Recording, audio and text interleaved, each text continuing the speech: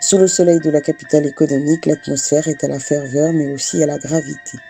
Face à la recrudescence des crimes de sang et des pratiques rituelles qui secouent le pays, les hommes de Dieu de Port-Gentil ont choisi de porter le combat sur le terrain de la foi. Pour ces leaders spirituels, il ne s'agit plus seulement de déplorer, mais d'agir par l'intercession pour libérer la nation de ses fléaux. Ce premier dimanche d'abord n'est pas fortuit.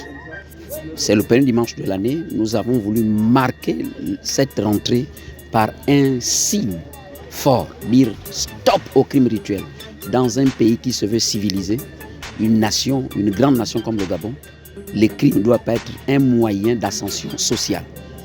Nous sommes donc venus implorer la grâce de Dieu pour que ces crimes odieux stoppent sur la nation, afin d'assainir également cette nation, parce que lorsque le sang coule, il faut bien qu'on assainisse la nation.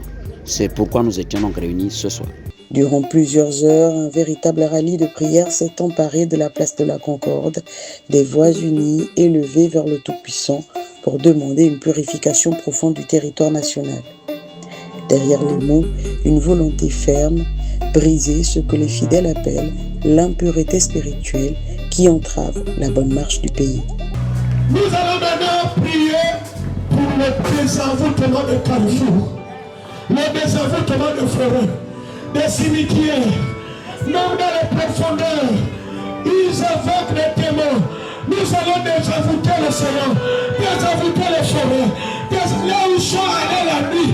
Au cœur de ce rassemblement, un combat symbolique, la destruction des autels maléfiques. Selon les organisateurs, ces forces invisibles embrigadent le destin du Gabon depuis des décennies.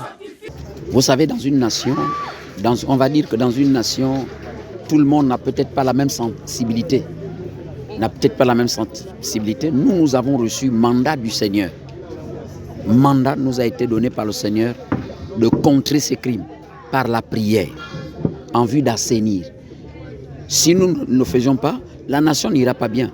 C'est pourquoi nous avons organisé cette rencontre, pour que la nation aille bien. Le but donc visé, c'est accompagner les pouvoirs publics, afin qu'ils gouvernent mieux avec Dieu. Il vaut mieux gouverner avec Dieu que de gouverner avec l'ennemi, c'est-à-dire le diable.